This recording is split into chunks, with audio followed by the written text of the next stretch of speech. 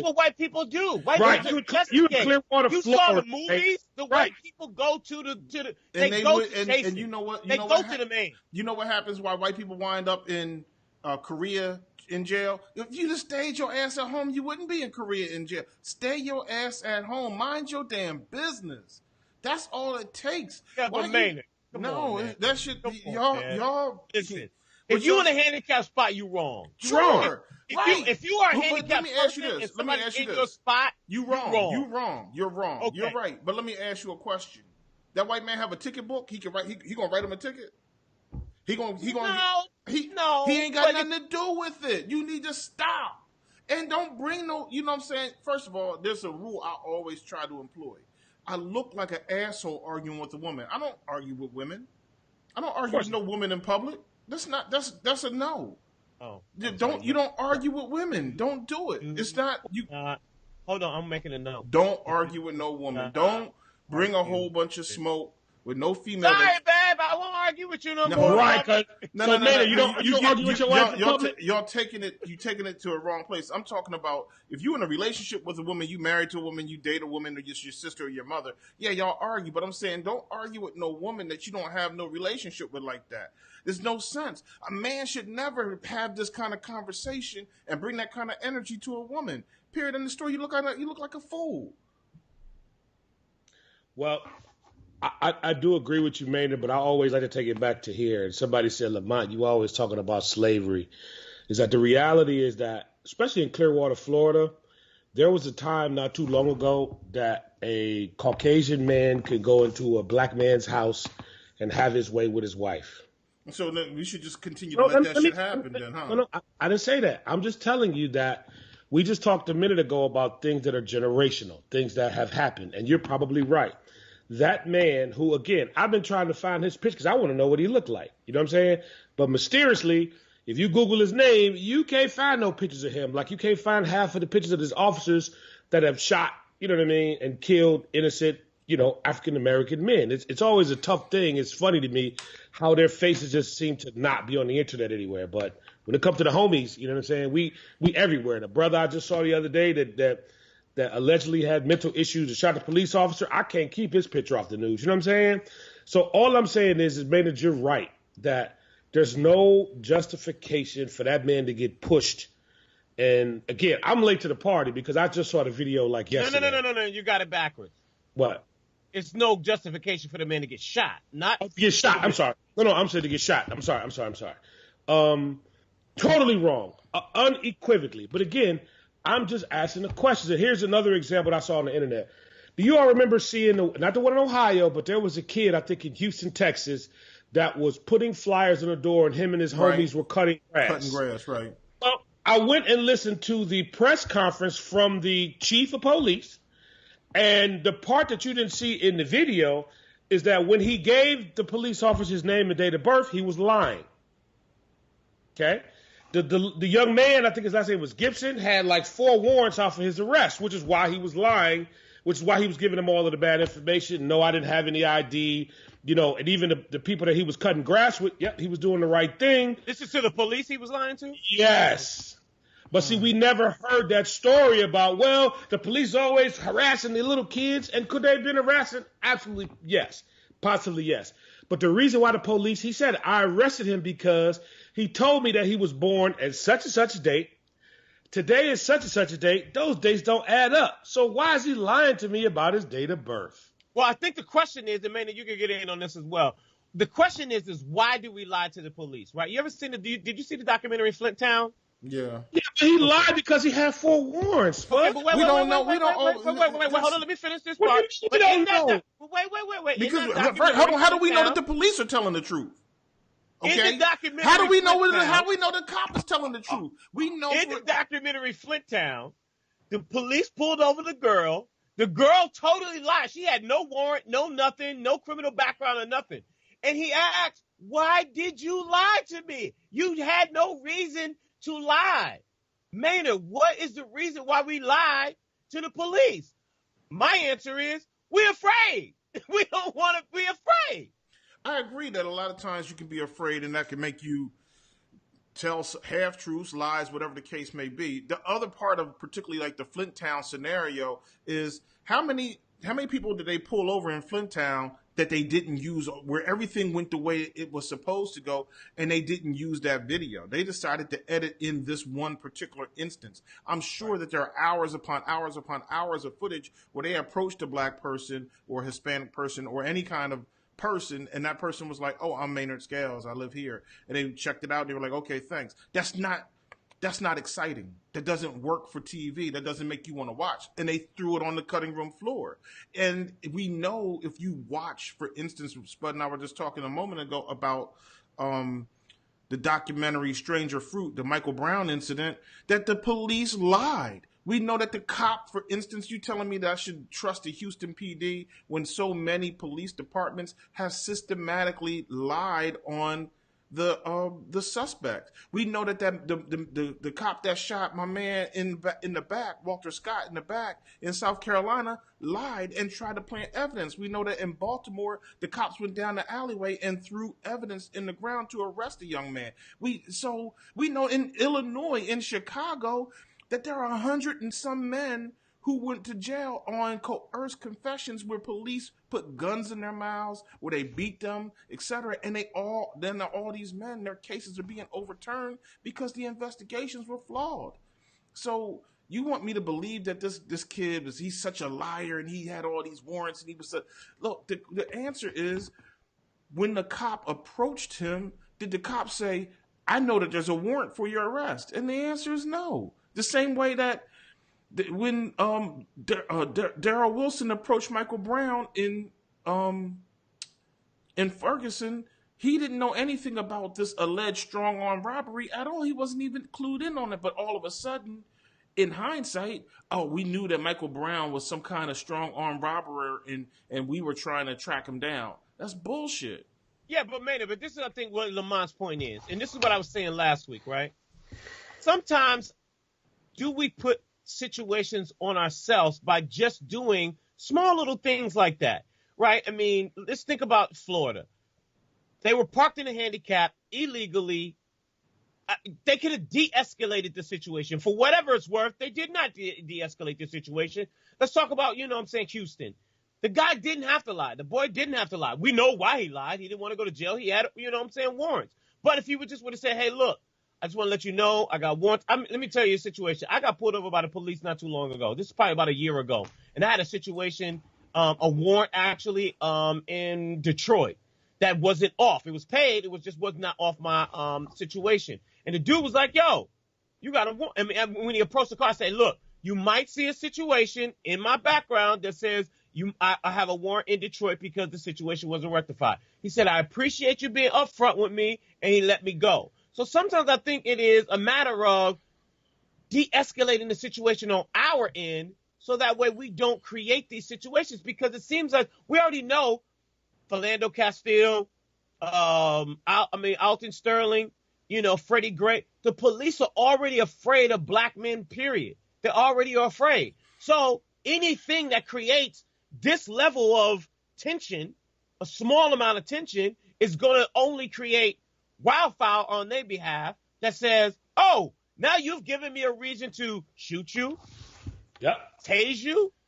take you to jail," or whatever the case may be. And it's sad that we have to do that. It's sad that I had to have a conversation with my kids about this is how you interact with the police when they pull you over, when the police, sit down with you, or, they say something to you that you don't engage in a dialogue. It's sad that we have to do that, because you're right. 95% of the time, police are wrong. They want to protect their band of brothers, their brotherhood. So you guys talked a little bit about the Wrong Man documentary, right? 2 weeks back. And for instance, in one of those cases, the Wrong Man is the series that's on Netflix. No, it's on Stars. And to the best of my knowledge, they cover 3 different cases. One of those cases was the case of a Mexican boy in Yakima County out in Oregon or Seattle, or Washington, excuse me. And the cop just decided he was going to take a picture of this guy, and then he presented it to the snitch. Now, you can say that, put it like this. if you know that there is a chance that you can get jammed up like that, you need to be afraid of these people. And I'm looking for the evidence that demonstrates that I am or that black men are dangerous. And the evidence does not exist. There's crime in all neighborhoods. Most people will be victims of crime by people they know and look exactly alike. Most white people are killed by white people. Most black people are killed by black people. It's just truth. So we're no more dangerous to anyone else. In fact, we're significantly less dangerous. There are no examples in this country in the past, since we landed here as slaves, of black people raping and brutalizing hundreds of white people en masse. One-day events, 2-3 week events. That Turner. Huh? That Turner.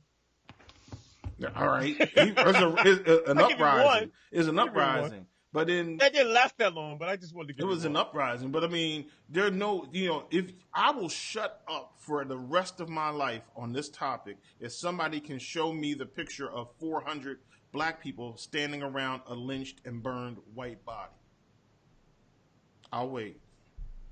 All right, I'll just jump in while you're waiting. Listen, everything you're saying is correct. Nothing you are saying is wrong. The only wrong thing about what you are saying, or your case, which is absolutely right, but the only wrong thing that you are saying, I was going to do that on purpose, is this. The perception is reality, right? That's the sad part about this scenario. Perception is reality in our world, especially when we talk about African Americans. So is it okay for us to perceive that we're going to get lied on? Yes. That's a reality. Yeah, absolutely. Okay. Because we're going to get lied on. Okay. Let me take this, thing. Let's take Demi Lovato, right? Demi Lovato overdosed last week or whatever. Mm-hmm. The girl was on the phone with the police, okay? The police came to her house. She overdosed at the house, which means what? Drugs were in the house. That would mean heroin would have been in the house if she overdosed at the house. Demi Lovato is in the hospital. She ain't going to no jail. Everybody on television is saying, oh, my God, we're trying to get her help. All the fans are saying, oh, she needs help. We are here for you, Demi. What's the girl's name? Amber Rose. You're my friend. Get better. Nobody's taking this girl to jail. That was you or I. She was tweeting. I mean, in fact, she basically was live tweeting her experience, right. Like, "Oh, I'm high. Oh, I'm overdosing. Oh, the cops are here." They let her keep the phone. I was on the phone, and I was like, yeah, police, somebody here is yeah, I need the police. No sirens. I don't need no sirens. Please, turn the sirens off. Yes, you can't have the sirens coming up in here. Is this person white or black? This person's black. Oh, rear. Here comes the battle ram. But that's the unfortunate part about this situation. And the sad part about it is that right now, I'm saying this, I'm done. The sad part about it is that right now we live in America where they are trying to, we're going back to Lamont's point where they're trying to kill us. They are trying to go back to what we don't want, which is putting us in our place. You don't have a voice. You need to be quiet. You need to just follow along. You need to just shut up when the police come. You need to not speak out when, somebody calls the police on you. If there is a white woman, that's in a park, no, you can't barbecue there. No, you can't go swimming there. You just need to just be quiet and be happy that you are black in America, and that's not the case. That's not what we want. That's not what our freedom is about. But that's what they want. Now I'm done. Sorry. You agree with that, Lamont? You agree with all that, Lamont? Well, first we need to make sure. Wait. Is that a setup? No. Do you agree with that, Lamont? Wait. Are you setting me up? No. I feel like you set me up. No, I'm not. I'm not. Because when Lamont says, yeah, I agree with that, you're going to be like, that's some bullshit. I'm out of here. No. First, we need to make sure, because, I don't want to make sure I don't forget. Because, I don't know where we are or not. But what I said in the first 2-3 minutes, that better not make the video or the audio. Hello? What are you talking about? That's my point exactly, man. You know how you've thrown me under the bus on this podcast many a time, so we just don't want, But no, I think Spudd is right. I think the problem is that we don't want to acknowledge that. We're so quick to say, yes, what the man did in Clearwater, Florida is absolutely positively incorrect in terms of being on the ground and shooting the brother and talking about stand your ground. But what we don't talk about is that that's Florida. I mean, once you get outside of that Miami Beach and you're in Florida, it's a totally different mindset of individual, as you may be, or they may have in Virginia or Spudd in Detroit or me when I'm, in Chicago or wherever else. It's like, dude, like these people really believe that Maynard, that you are still less than. There are people in this country today that think you still are 3/5 of a human. They really believe that. And unfortunately, some of those people do have the ability to, what do they call it? Create policy. Policy is law. You know what I'm saying? So I think part of the conversation that we have to understand and be realistic about that instead of, no, that was wrong. And I get the whole Maxine Waters approach. I get it. But I think we got to understand what the playing field is. Maxine Waters approach? Is that when you what did she say? What was the quote? Make sure I get it right. Basically call people out and scream and make a whole thing. Yeah, I mean, I think we got to be a little bit more stealth about what it is that we do instead of always the screaming and the hollering. I'm not screaming. Not you per se, sir. I'm just saying. I'm just saying. No, I just part of your contingency, yes, but I'm saying not you personally. You don't always scream. So all I'm saying is that we have to be, I think, a little bit more realistic of what it is that we're dealing with. Understand a little bit more of our history of where we come from, which is why. And when I say come from, when I talk about the Africa conversation, I'm talking about this country as a whole. I mean, it's almost like, if you have something that's poisoned, you got to try to figure out how do you get the poison out. And getting the poison out is not always about we're going to go vote in the midterms. Because I know we got to have that conversation, but we have been lied to, I think, what else is the solution then? No, I think there's a lot of... all those people need to, they make policy and they make law. No. That's just part of it. I think part of it is, just like what you were saying, is that, we still have to teach our young people, some of the realities, instead of, when I say realities of, the whole fuck the police. Well, the reality is that while we were singing that at our age about fuck the police, we also should have been learning that on the street, the police is always going to be right. Period, point blank. You know what I'm saying? Your fight with the police you can never win on the street. Ever. You can't. And you have to figure out how do you, unfortunately, and Killer Mike always said this, survive the encounter and figure out how you combat that situation outside of that on the street, because you're never going to win. Ever. That's just the way it's set up. Okay, so you agree with Spudd? You agree with what Spudd said? I said absolutely, yes, okay. Yes, unequivocally. It's really just a yes or no question. I think it really wasn't, because I'm waiting for you to respond. I'm waiting. Yeah. Go ahead, sir. Yeah. I'm waiting for your, to chop us down. Go. Yes. No, I agree with it. I just want to know if we were all of like minds. Stop. What? This podcast is happening. This is not even a real podcast. This is not a show. Right. This is not a show. And your Me Too movement of subscription is getting ready to get revoked. The Me Too, Black Lives Matter, that part is not was never the part I was discussing at all. All I'm saying is this. If your woman is in a car, on the street corner, at work, at a nightclub, whatever, and you see somebody flexing in her face, you're not going, if your immediate piece is not to go to your woman's aid, then that's an issue. Maynard, I think you're right. And as you tried to shame me last week, you're right. I don't have any children. But I do believe that there are certain things. I wasn't trying to shame you about not having children. I just was curious if you knew how children got here, because you asked how did children get here? Did he ask? Didn't he say, well, how did mama wind up having them 7 kids? I'm just saying, this is a thing called sex. Booty, rocking everywhere. Booty, rocking everywhere. You know, I mean, are you finished? We can have a birds and the bees conversation if you like, but I wasn't trying to shame you. You got way too many chargers, right? You got the Mophie charger, and then you got the portable. You got way too many chargers, man. I just wanted to say you got way too many chargers. I'm always, I'm surfing. I'm trying to see what's going on, but no, but man, I think you're right. When I say that, I mean wives, babies, mothers. There's some things on this planet that you're absolutely correct. Is that you should,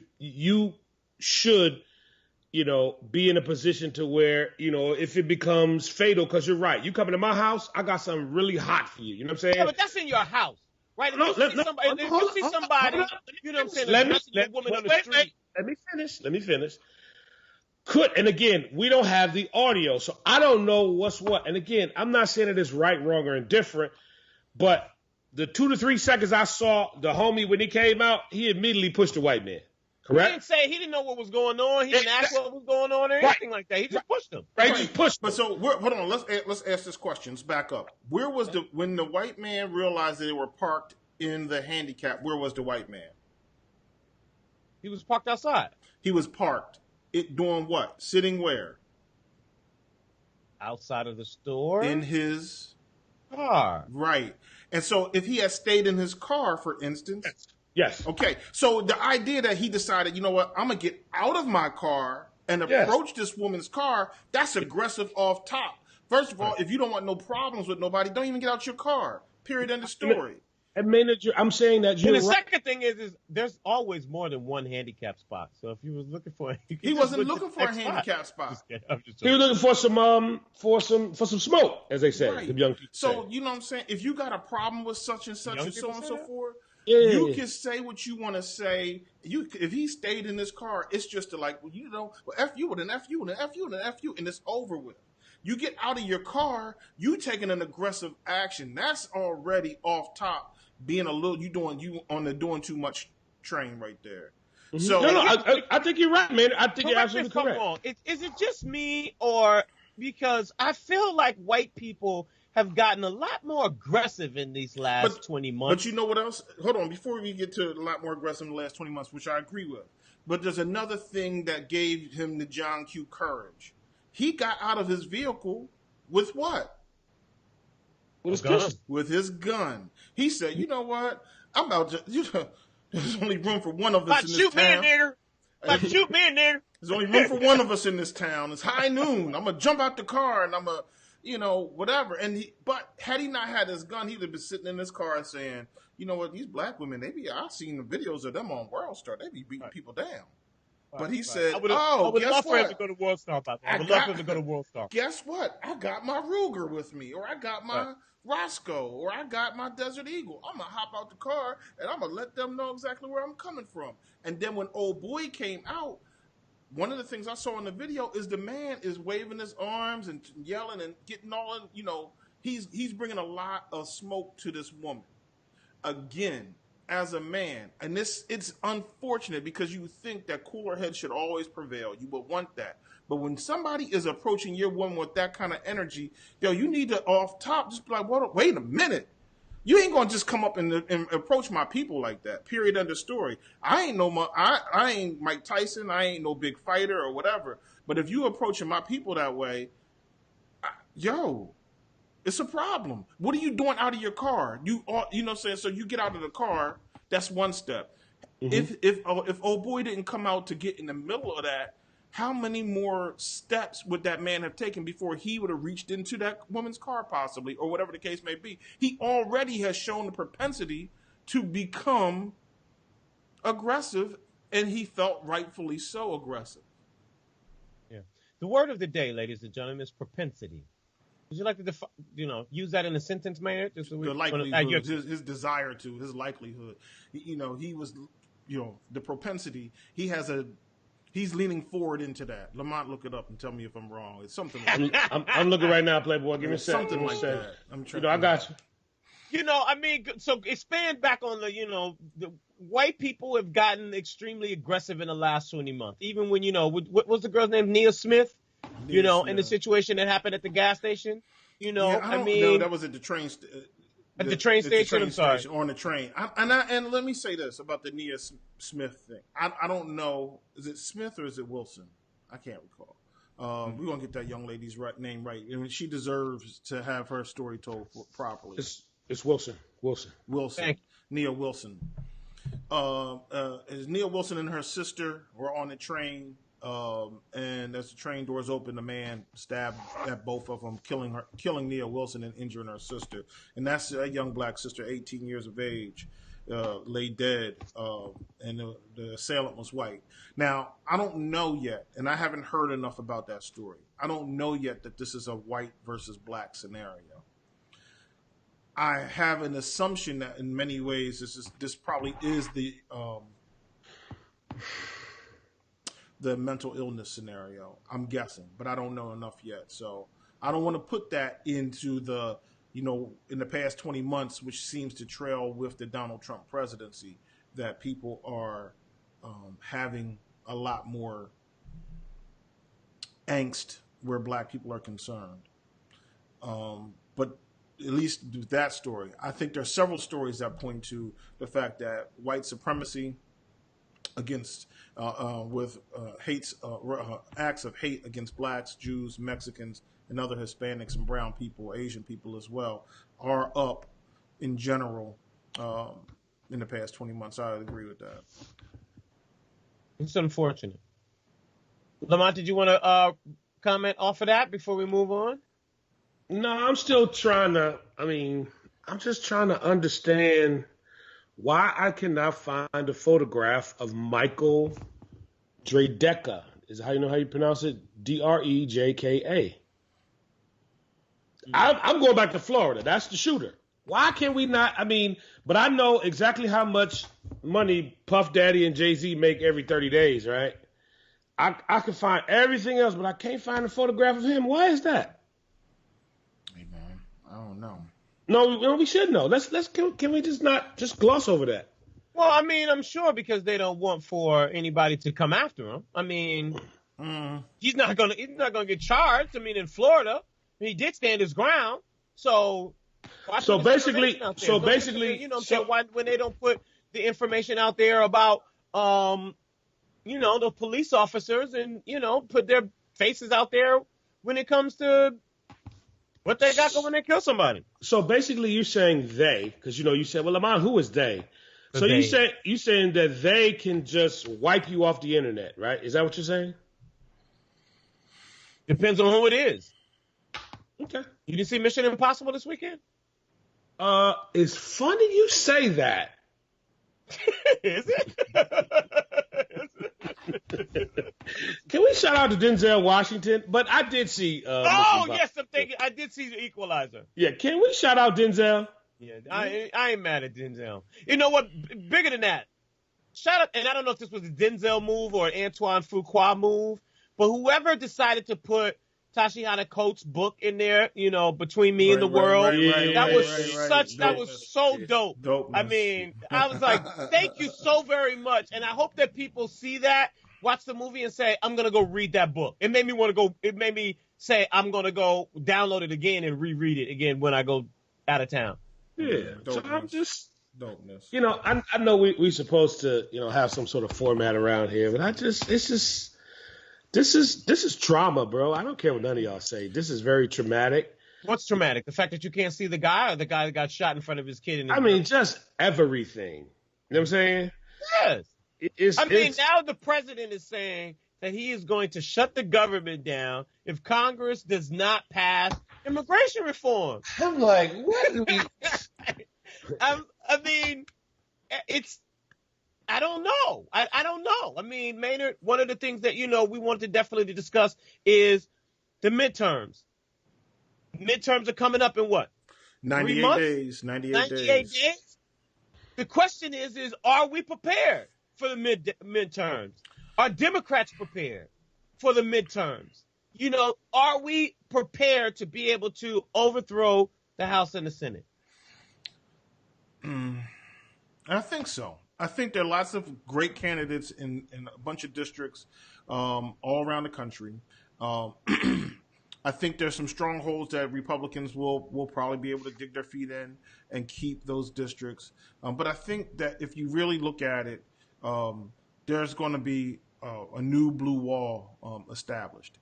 But I don't think that that's the real question that we should be concerning ourselves with. I think the real question is, what do things look like after the midterms on the opposite side? Let's say we take over the House and the Senate. Let's say that happens. Okay. What do we do? Is Nancy Pelosi going to continue? Is she the leader of the Democrats? Does she become Speaker of the House? Is she the right person? We know that she's a hell of a fundraiser, and we know that she's got years in the game. But is it time for new blood? And I think that may be, where some of the separation, a schism, if you will, between Democrats and Democrats is starting to occur, starting to bubble up. There's a guy who's running for election. I can't remember what district he's in. And he said, if elected and you guys take over the House, are you going to vote for Nancy Pelosi to be Speaker of the House? And, he was indifferent to that. So, is she good for the party? Is she not good for the party? We don't know at this point if this is the right direction. For those who don't understand that conversation and that language, break down why Nancy Pelosi is good and isn't good for the House. Excuse me. So, Nancy Pelosi is a hell of a fundraiser. She can get money. That's one thing that she does. And that's great. She also has lots of experience.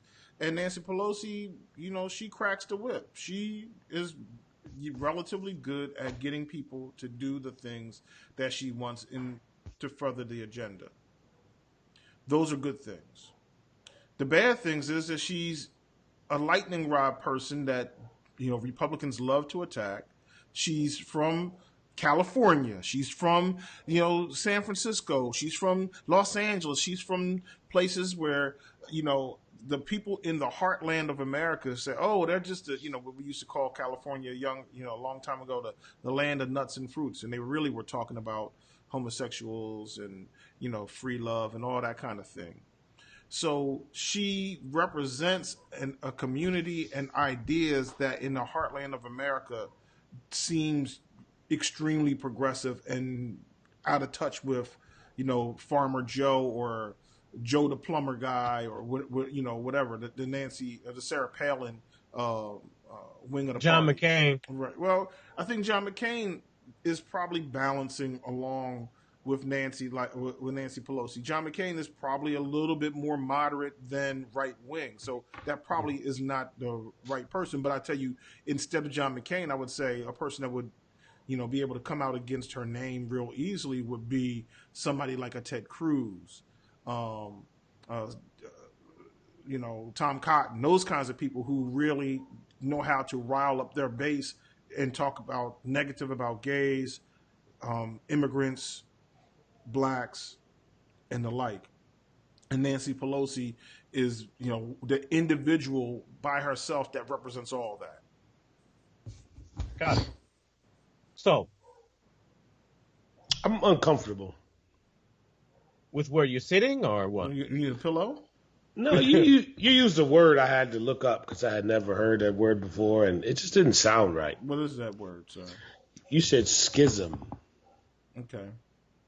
Do you know what that means? Or at least what the Urban Dictionary says it means? I don't know what the Urban Dictionary says it means. So I just want you to clarify when you use that term schism. What did you mean? Kind of a separation.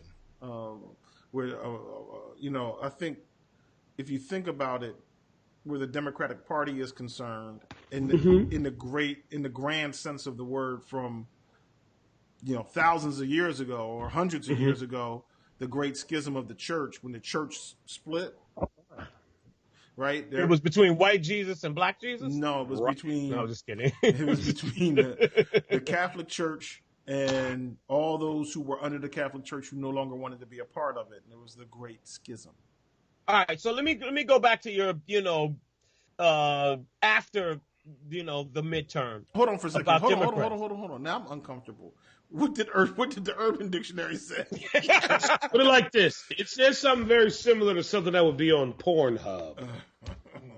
And I just wanted to make sure that you were using the right term. Okay. You know what I'm saying? Because you're my man, and I love you. But in order to do a good validation and check, you chose to go to the Urban Dictionary. Like, that's not fake news. No, and then you said something that also made me uncomfortable. Didn't E40 write the Urban Dictionary? He really? No, I'm just that was fake news. See how easy it is? But then you said something about, and I don't know if you were taking ownership to calling people from California the people of fruits and nuts. Were you claiming to do that as well? No, what I was saying is, you said we. The people in the heartland. And yeah. A lot of people, I'm not. Are you in? No. Pump your brakes. Pump your brakes. Pump your brakes. Pump your brakes, Lamont. You think you got something, you ain't got nothing. All right, all I'm saying is that in American culture, for a long time, people would say that, California is very liberal. California is extremely liberal. California is extremely progressive. And they used to say things like, because San Francisco was, I think San Francisco and Harvey Milk had the first gay mayor, and all these kinds of things that were in the Haight-Ashbury days in Berkeley, where there was all this free love and the use of drugs, etc., that they used to call California the land of nuts and fruits, which actually agriculturally is accurate, and then based on the culture of America was also accurate, because at that time we were far more conservative in, say, the 70s and the 80s than we are in the 90s, 2000s, and so forth. So, all right, can I go back to my, your analogies, and I'm going to talk about the Republican part of it. So what if the Republicans stay? I'm sorry. And that's the reason why. What if the Republicans keep it? Mm-hmm. Right? I mean, that's the reason why I was asking: are we prepared to take over, the House and the Senate? Mm-hmm. Because the first thing is that we got to get people to vote. Is there enough momentum out here from the Democratic perspective that say, okay, there's some fire under the belly that energizes people to actually go to the polls and check that box? I mean, we're doing our early voting tomorrow, and me and my wife are still looking at the ballot like, we don't even know who. We don't even know. Well, I think what people have to. I think there's a lot of fire in the belly. I would say that there is a possibility that the Republicans do keep the House and the Senate. I doubt that they keep the Senate because the margin is so narrow that I think that that the Democrats will probably flip. They could wind up keeping the House, and that could happen. The answer is, I think, 2 or 3 things. Is not to try to create too much fire. One thing that we see happening a lot of times is when we have certain conversations out loud, and when they started using the impeachment word or impeachment, what they were calling the I word, then all of a sudden you would hear this huge backlash from the Republicans. And I don't mean the Republicans as in the party, but Republicans as in voters. And I think a lot of those people are saying, we're ready to just go ahead. We give up on Donald Trump until you attack him. And then when you attack Donald Trump or you say you want to impeach him, then that gives his base a level of energy that they were waning and they were losing as well. But, so we have to not go out here and telegraph all of our moves. And which I think is a problem all the way around. Donald Trump said he was going to invite Vladimir Putin to the White House. And then we went out and said, you can't do that. Oh, my God. And all the media was. Then he's like, that's a bad idea? Okay, never mind. We're not going to do that. We're not going to do it. So, look, at some point, that man want to stick his finger in a daggone electrical socket. Let him stick his finger in that electrical socket. Let it happen. But the question is does the country pay the price for that? Like the tariffs, question. Right? The tariffs is kind of like, oh yeah, let's do it, and America is the one that's paying the price for it. True. I think the problems that we could be discussing economically are easily corrected, and I think the problems that we could discuss from a national security, diplomacy standing in the world, I don't believe one president can derail the country from its ultimate goal and mission for all time. I think the Republic will stand. I mean, last question on politics, because I know Lamont hates this. I know he's sitting there like, you know what? I'm tuned out. I'm just going to go to Google. Lamont is like, not even with us at this point. He just said, huh? Wait, what y'all say? Listen. So, Maynard, the president has said that it's a good thing to have a relationship with Russia. In your opinion, is it a good thing to have a relationship with Vladimir Putin in Russia? I think it's a good thing to have a relationship with as many countries as you possibly can, and that, it provided that they are freedom-loving, engaged in democracy, and not engaged in wrecking our country. Having a good, as Donald Trump would say, reciprocal is a word that he likes to use a lot. Reciprocal relationship. But it's a horrible thing if, they're just not that into you. The boy Vladimir Putin he's not looking at Donald Trump, he's looking past him.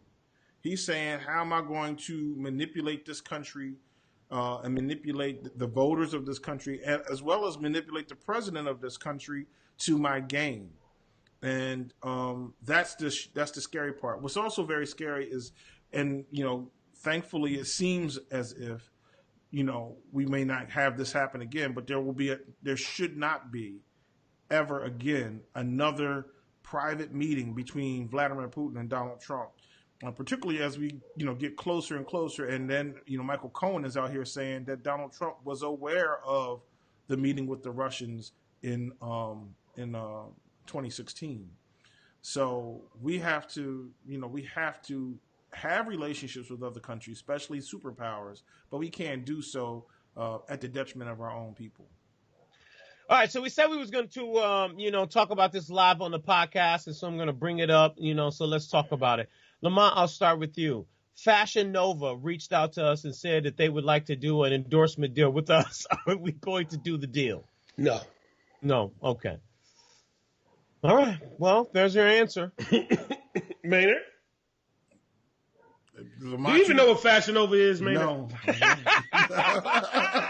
Listen, Game just got him a $1 million check. They said, hey, 3 Black Guys with the Mic, would you like to do, an actual endorsement deal with us? We'll give you a check. They'll run a check. No. I had to run it by everybody. But Maynard doesn't even know what Fashion Nova is, bro. So now we gotta let Maynard do some homework. You know what I'm saying? I don't want to overrule Maynard. No, I mean you have emphatically stated the opinion of 3 Black Guys with the Mic, and I accept that. The romper with the butt out. Jesus! They sent those. No, but they said Maynard's size. They didn't send my size. Oh, they didn't send your size. Yeah. That was for Maynard. They said they would like the way Maynard has a little salt and pepper on the side, and that he would look really good in the romper. You know what I'm saying? Do you have your romper from last season though? Still, Lamont? But you got to boomerang them though, Maynard. You got to do boomerang. And actually, I do, Maynard. Yes, you do? And I do wear my romper from time to time with my wife. Yes. And your Speedo, when you go to the beach, still ditto. Yep, ditto as well. Yep. Mm-hmm. Yep. Mm-hmm. All right, let's get to a little bit of care or don't care before we get up out of here. Monique said that we need to forgive Roseanne for her comments about Valerie Jarrett. Care or don't care? It's Monique. Is that a ... Yeah, I'm just saying is now you know who gets the cactus. Hey. Coon ass. Lamont, you care about Monique? I mean, I want to root for Monique, but here's what she's playing herself out. I think what she's doing is that, as we say, she's doing too much. Like, Monique, just be quiet. How about you worry about Monique? Like, like your stuff is not in order for you to be talking about Roseanne. So just be quiet. Yeah, she's not a thought leader in the black community. We really don't have any thought leaders in the black community. Sure we need to stop. Who? Plenty of them. We got people like Angela Rye. We got people like Ta-Nehisi Coates. He's a thought leader. We got people like Cornel Sanders. West. Cornel West is a thought leader. We got people like Boyce Watkins. He's a thought leader. We got Dan Jones. Yo, did you see that foolishness on the View the other day, man? Did you see that foolishness? Man, you mean to tell me you're a basketball fan? You did not watch Van Jones and Carmelo Anthony on Saturday? What do either one of them know about basketball? Oh, he got one. Ooh, give him a 3. And he's on fire.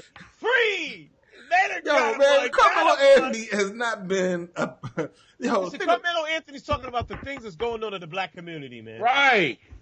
He know he's in the fourth quarter, bro. He know he's out of the league. You know what I'm saying? No, he doesn't. He thinks that he's so. That's why he said, "Yo, if I go to Houston, I have to start." Like, dude, really? You start? Listen, I'm going to say this.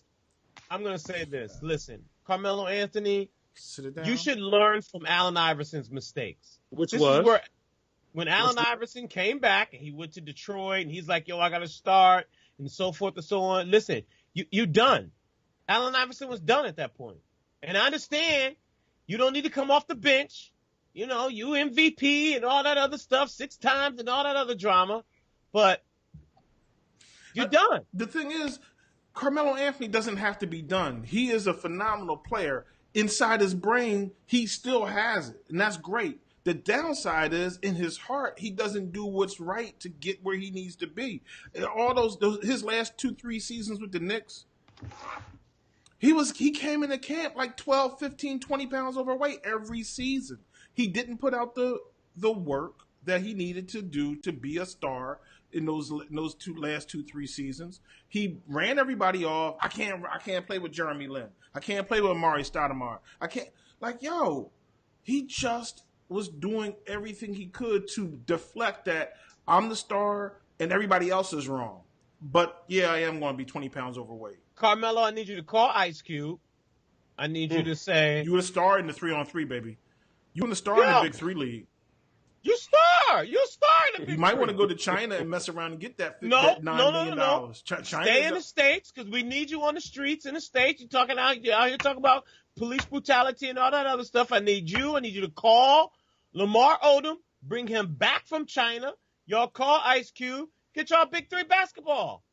Life is great. So let me ask y'all a question.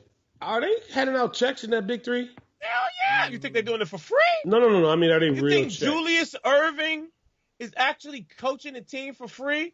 No, I say for free. Gary Payton might be. I didn't like the way he did that whole, Detroit thing. Calm down, bro. It's not that. It's just 3-on-3 basketball. You ain't in your 5th year yet. This is just the 2nd season. Chill out, Gary Payton. I need you to just hang back a little bit. Be easy. At any rate, yeah, they get a little money, and they keeping the exercise going. That's important. Got to keep your joints going. What's that stuff you was using last week, Maynard? Bengay? Ooh. Metamucil. Yeah. That ain't about joints. That ain't about joints, but Pew, pew, pew. Yeah. Shots fired. Yo, I was just saying, that wasn't a shot. I was just saying. It's a 22. Pew, pew, pew. It's a pistol. No, it's a 22. It's a 45. So, Amber Rose outed Gwyneth Paltrow. She said that she was Becky with the good hair. Kara don't care. And Amber Rose said something. I mean, Amber Rose is pretty hot in these streets. Man, I'm trying to make my pedicure appointment, man. We talking about Amber Rose. Nobody care about no damn Amber Rose. Amber Rose lost all. Amber Rose, they talk about Becky with the good hair and the Gwyneth Paltrow. Last year we was talking about 444 and who was Becky with the good hair. Now she's saying Gwyneth Paltrow is Becky with the good hair. We don't care. She's snitching, bro. She don't understand that. Kanye or Wiz didn't teach her that. Step one, I don't know if she's telling the truth or if she's speaking truth. I'm not suggesting that she's lying. I don't know if she even knows the truth, who Becky with the good hair actually really is.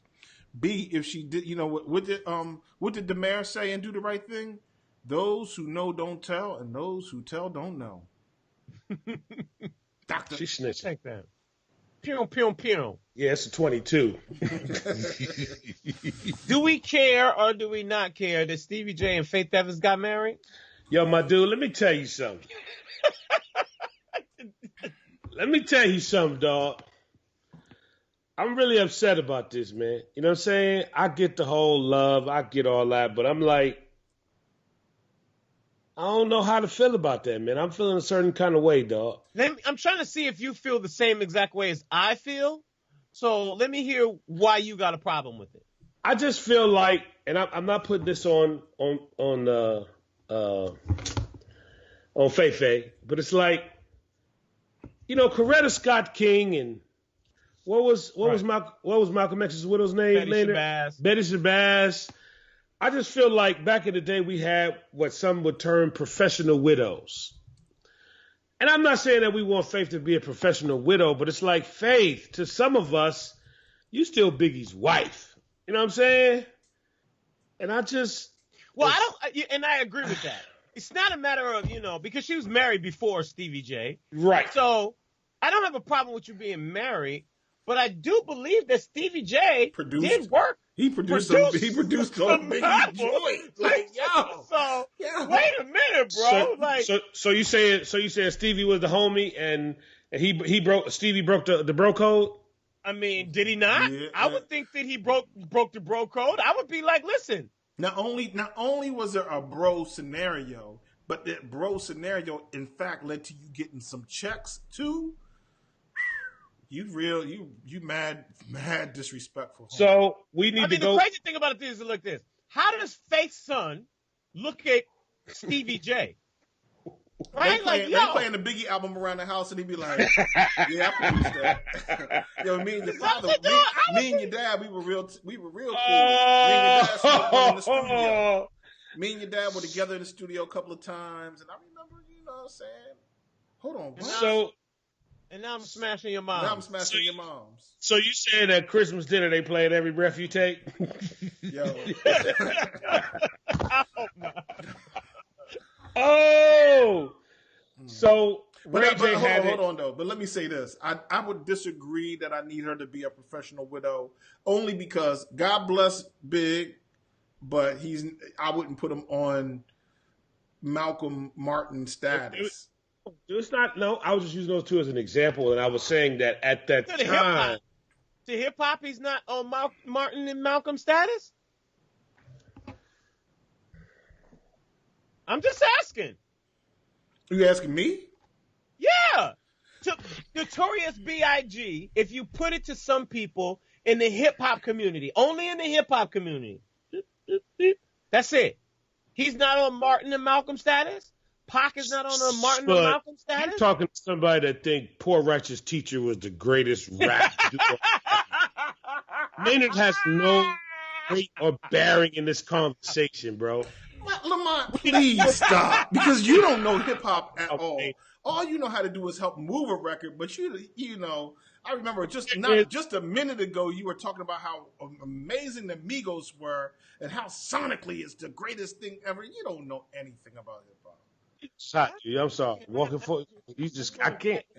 I'm gonna walk that Migos statement back. Migos is actually kind of hot out here. Migos hot out here, dog. You cannot front on these. I can't understand what they say. Like, yo, I just want to be very clear. This ain't mumble rap. This is rap. Okay. Let me know. Quavo with the brand new Lamborghinis. I ain't mad at you. And Cardi on and Cardi on the internet showing the pig slip. Like, she ain't leasing nothing. You know what I'm saying? So all I'm saying is that makes it hip hop. She ain't leasing nothing. The white man that sold him the Lamborghini, what he got? He got the commission because he still had to pay the company for the car now. Don't get it twisted. He got his 30% out the deal. Yeah. I mean, man, I'm with you. Is it a depreciating asset? Absolutely. You know what I'm saying? What Chris Rock say? The difference between me and Jay-Z is that Jay-Z has a Bentley, I got an Altima, but I got the $200,000. Well, you know what? I saw this dude. Y'all heard of Jay Morrison? Yeah. The brother that did the Tulsa thing, right? I saw a little clip that he did, which made a lot of sense. This is what we don't know. He talked about getting a Lamborghini is not a bad thing. He said, because from a financial perspective, if you have a trust that bought the Lamborghini and not you as an individual, and he went through the whole thing about how that was a way that you could do things differently. And so we don't know if Cardi went that route as well. Hold on, but let's be real careful about one other thing, because I have some concerns. And I'm sorry, I'm taking this up. I'm not certain if we need to have a discussion about Jay Morrison maybe not this time, but soon, because there's a lot of shady things that are being alleged about what he's doing.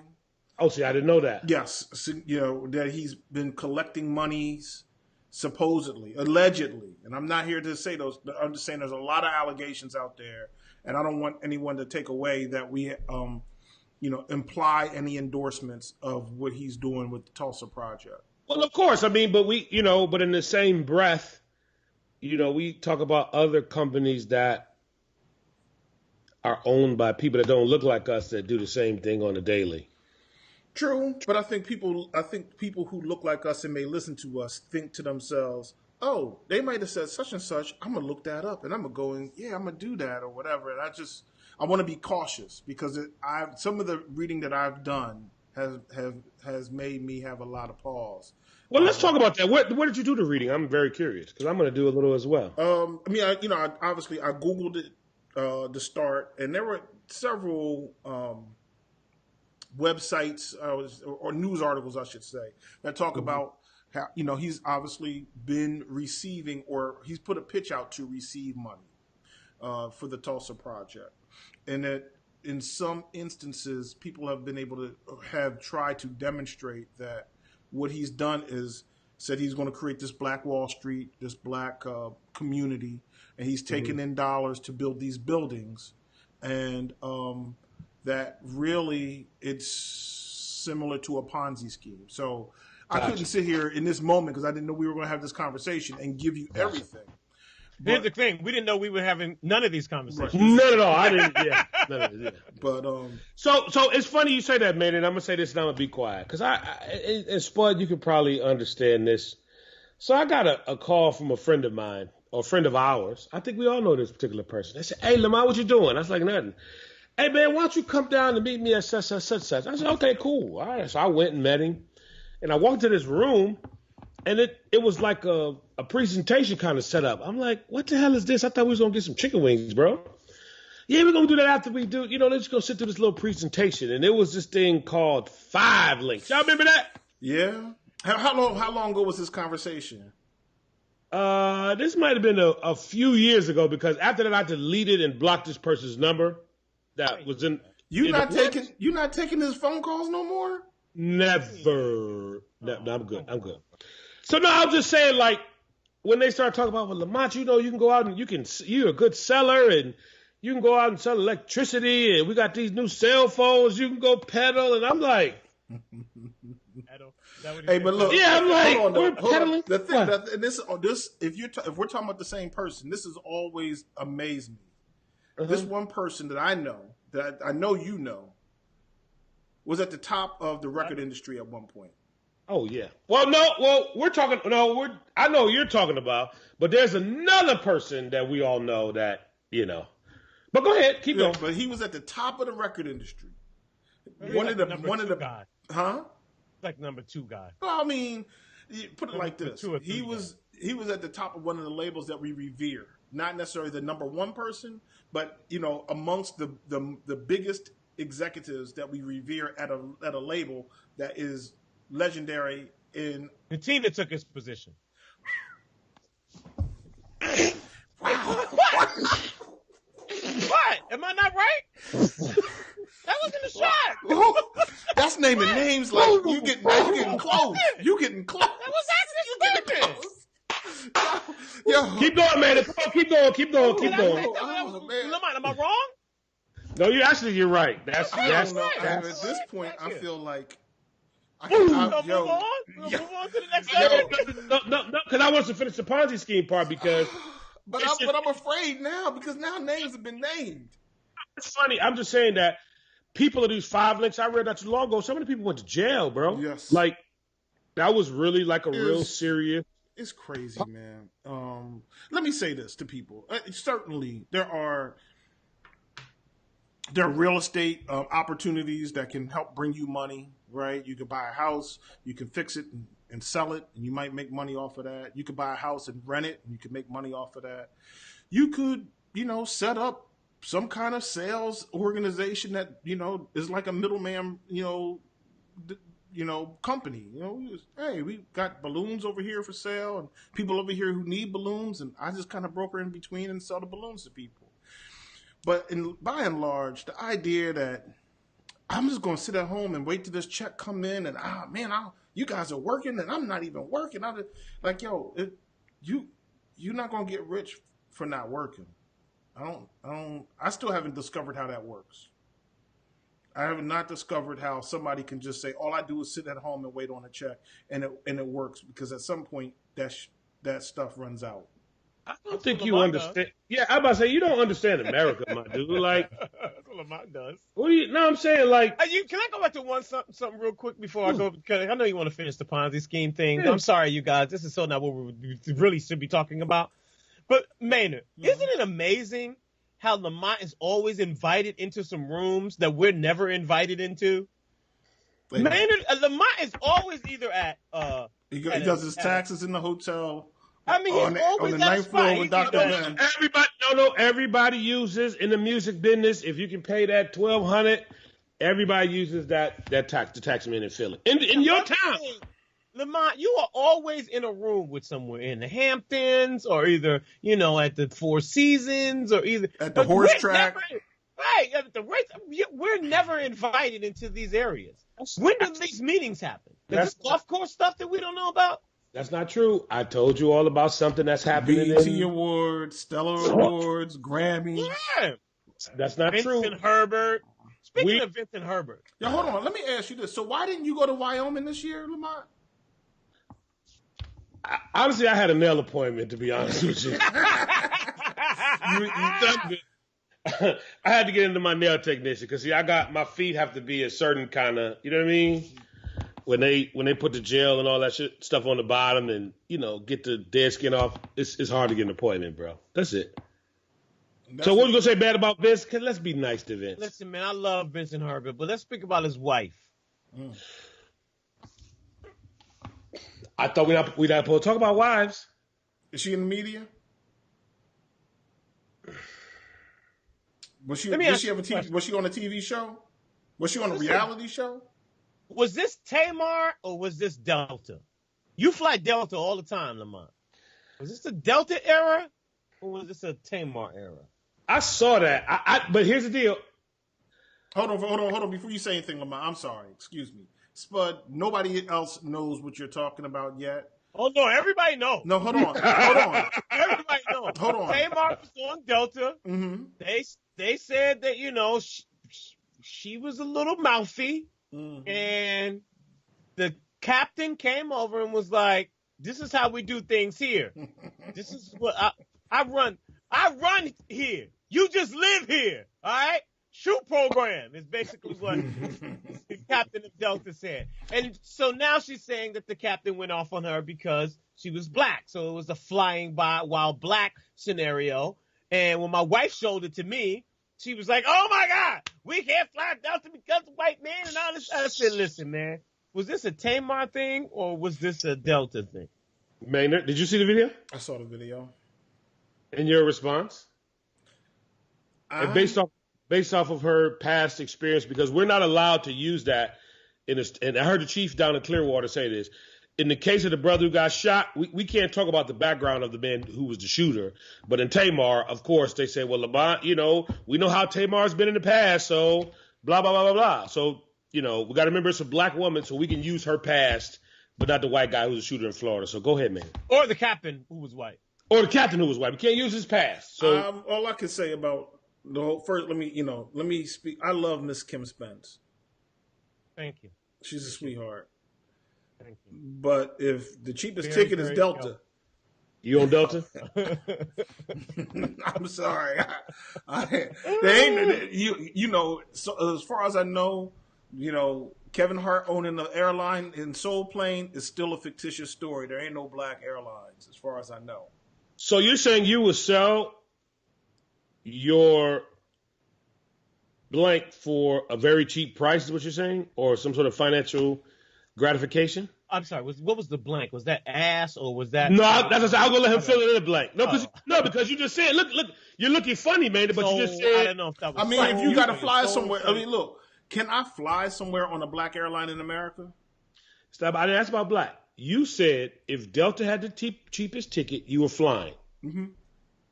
Or is it that Tamar is just not important enough for you to take a stand? Is that where you're going? Well, you said I can't use everything I happen to know about her. So I really can't say anything then.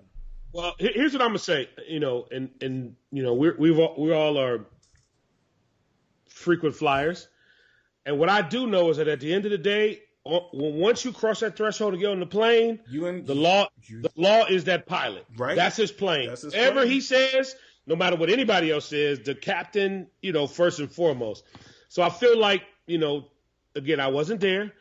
Tamar may have got a little emotional, but you got to keep that in mind. You know what I'm saying? Because if the captain say you getting off or this plane ain't moving, you got to go. Now, my flight on Delta leaves O'Hare in about 2 hours, so I'm going to be on my flight. You know what I'm saying? So you sold your blank? Is that what you're saying? You know what I'm saying? I'm a million miler. You know what I'm saying? So I got your little sticker. You got too much invested. Why? Why you got to do that? I'm just saying. Right. Why you got to do that? What? Lamont, we understand you're a million miler. So you go to the Hamptons. Yeah. You got a private tax guy. Yeah.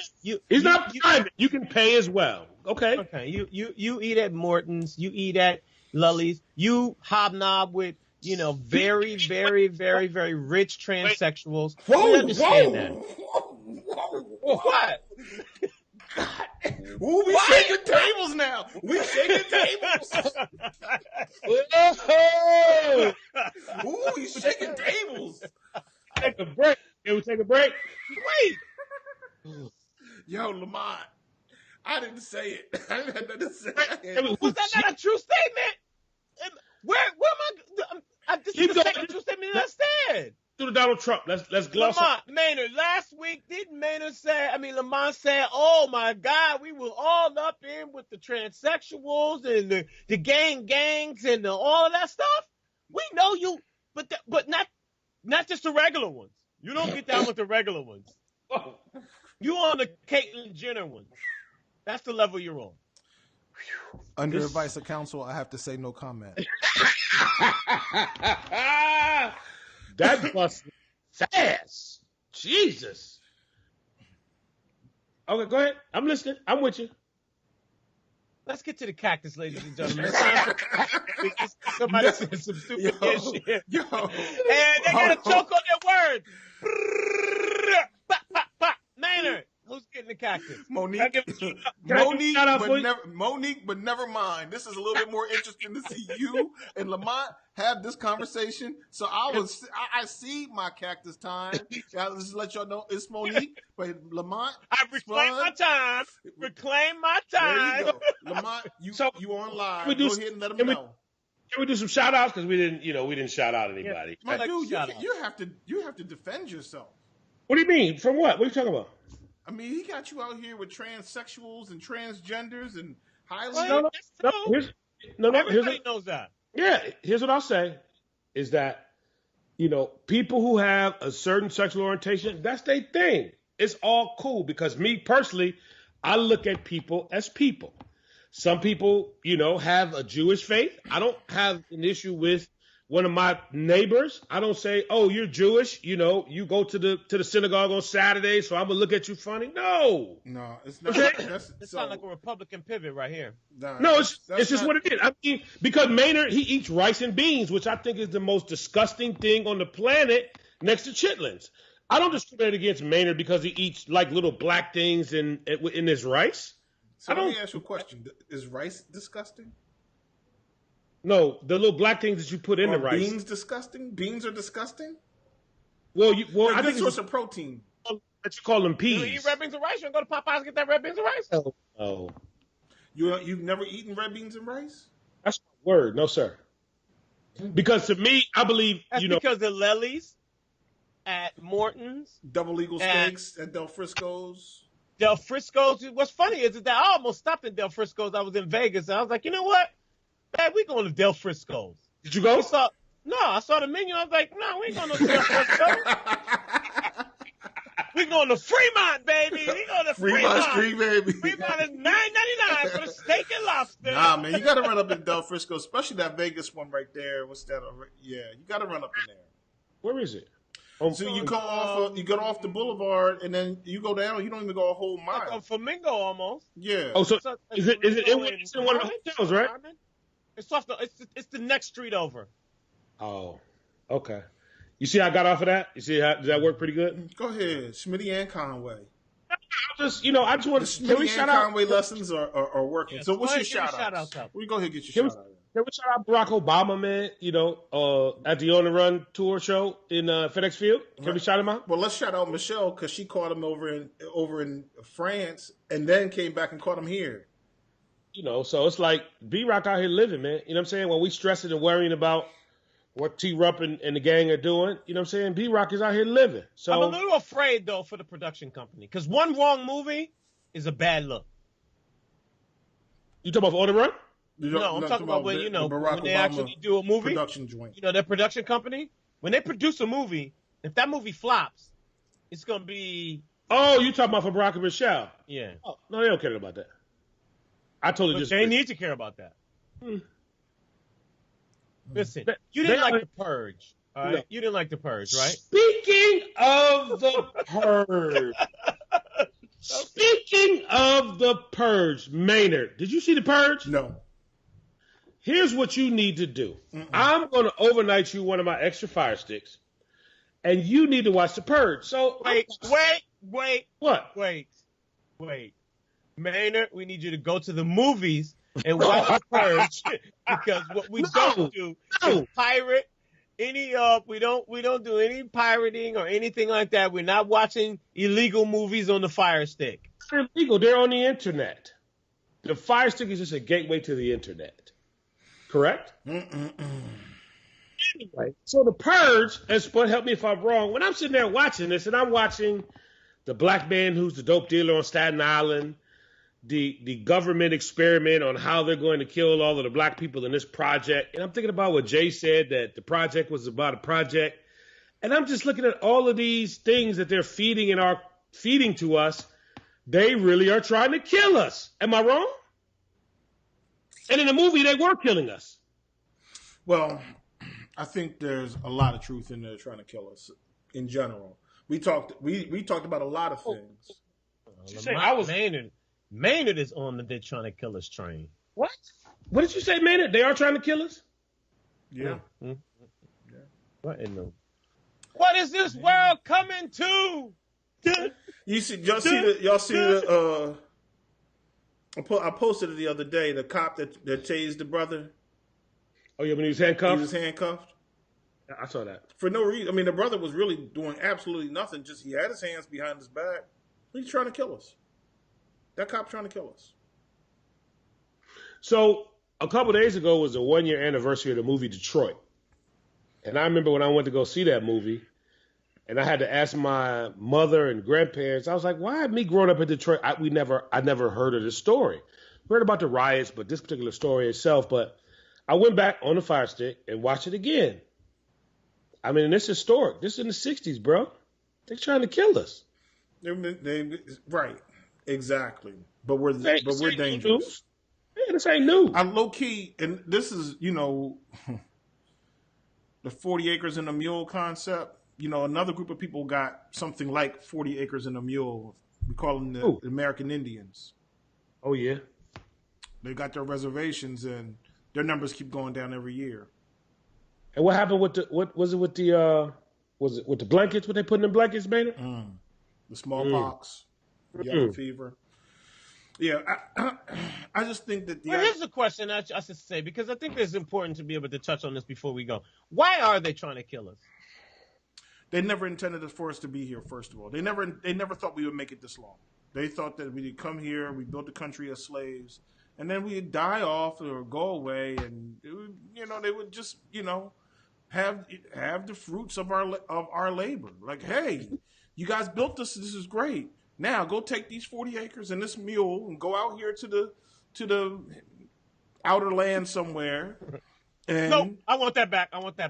And when we decide to, kill off everything that's in your community, right? So what happened? One of the big things that we understood about what happened to the Indian population was that the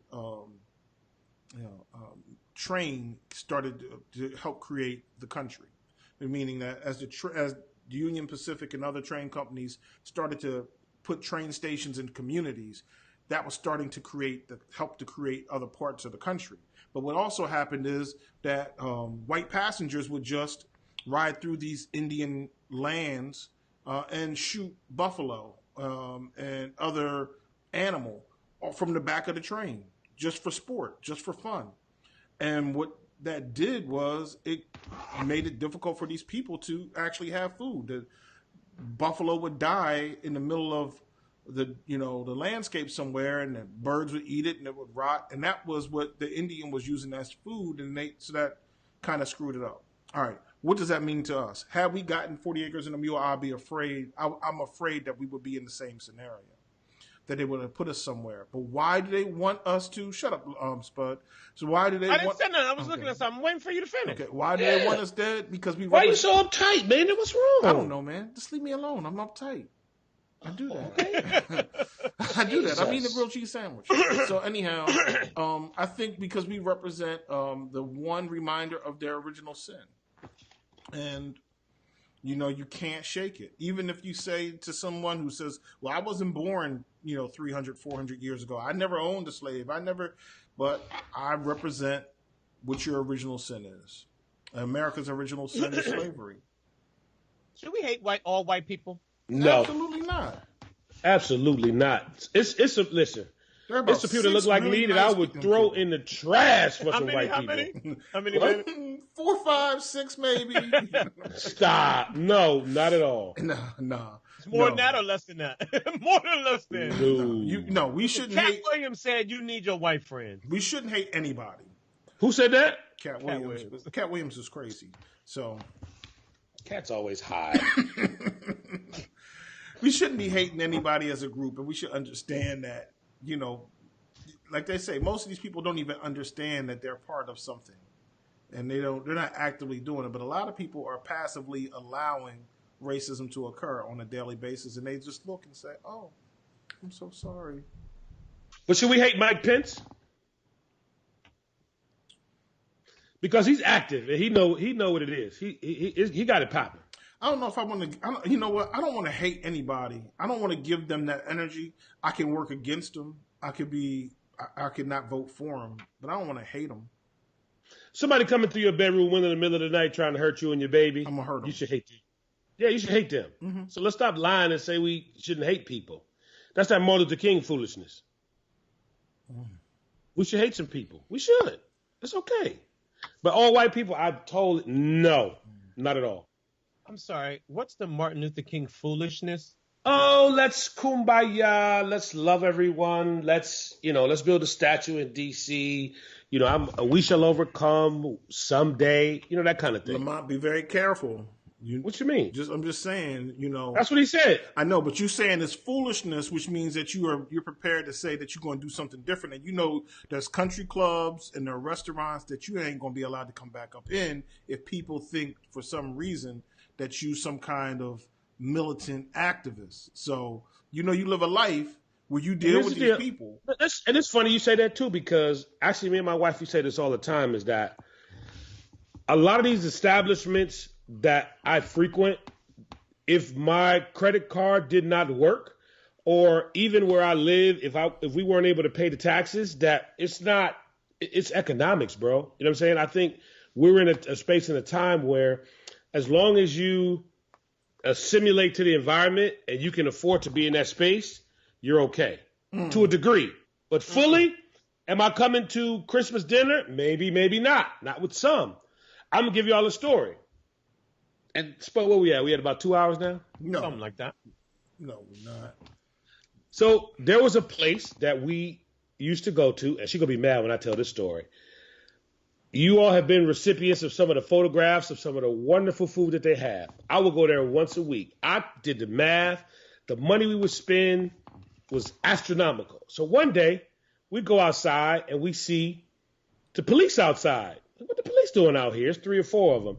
Then we see a tow truck, and we see all of the people surrounded by surrounding this car. Well, the car just happened to be our car. What happened was that the valet ran another car into our car. Okay, fine. We got insurance. Just told to the BMW dealer, y'all figure it out. No big deal, whatever. Y'all, everybody got insurance. It's cool. I'm going to get an Uber. I'm already half drunk. I'm about to go home and drink some more. Fast forward, the establishment that we went to had a bootleg valet, no insurance, that didn't want to pay for our car to get fixed. BMW, probably about like 7G, 8G worth of damage. We ended up having to use our insurance, all this other kind of stuff. The owner of the restaurant, we're going to take care of it. We're going to take care of it. It's been 2 years now. We ain't heard nothing there, high nor hair from that restaurant. So like I told my wife is that, you know what? It took me a minute because I was mad. That restaurant only looked at us as people who would give money to their establishment. When it came to us being able or being, all buddy or just being other than somebody giving them some money, they didn't give two shits about us. You feel what I'm saying? And I said that was just another example of what we talk about a lot on this podcast, dude. Like, we're sure numbers to a lot of people. You know what I'm saying? We're just financial to, some establishment. They don't care about Lamont, Maynard, or Spudd. Well, they really don't care. I think that there may be. I think there's a deeper piece to it, and I recognize what you're saying. That if you can pay the bill, you can have a seat. Exactly. But I think that in many instances, the idea that you can pay the bill, you can have a seat, doesn't necessarily mean that you're truly welcome.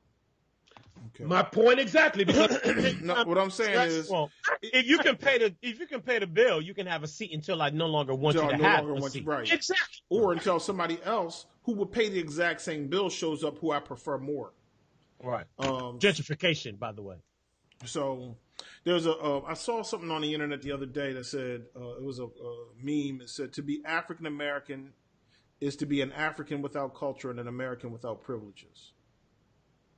That is so on point. That's deep, right? So are we angry black men?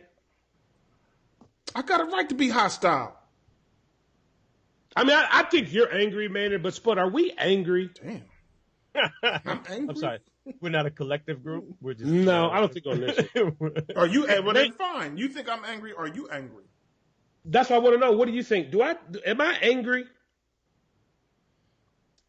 You out here making opinions. I mean, go ahead and tell us. Are you angry? You have an opinion. What do you think, Maynard? Do you think I'm angry? No, I don't think you're angry. What about you, Spudd? Do you think I'm angry? No, I don't think you're. Lamont, you kill me, man.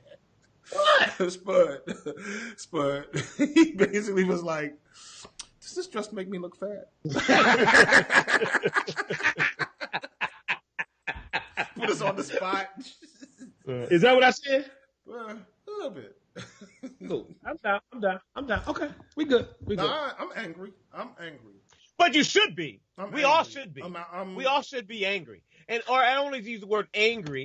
Yeah, we should be angry. We should be angry at the fact that, a white man shot, a black man in front of his kid and his girl. Yeah, we should be angry at the fact that, our president is saying he's going to shut down the government because he is separating families, due to immigration. We should be angry at the fact that, black people are continuously poor in this country. Black and brown people continue to go to jail and make up, the highest prison population. Yeah, we should be angry at those things. So here's my other question. Is anger used as a tool by some to further their agenda? That's what I'm saying. I feel like sometimes with our anger. I think passion is.